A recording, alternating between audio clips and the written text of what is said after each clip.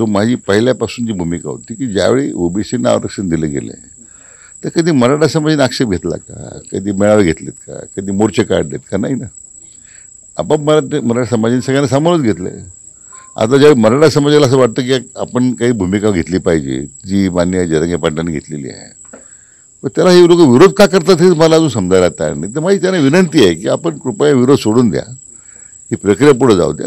न्यायालयामध्ये दावे दाखल करायचे आणि पुन्हा मोर्चे काढायचे हे काही मला वाटतं योग्य नाही आहे. त्यांना माझी विनंती आहे की महाराष्ट्राच्या या सामाजिक जो काही शांतता आहे त्याला कुठं भंग होणार नाही याची त्यांनी काळजी घेतली पाहिजे. शरद पवार साहेबांनी जर मंडल आयोगाची अंमलबजावणी करताना जर त्यावेळी समाजात सामेश केला असता तर हा प्रश्नच नसता आला.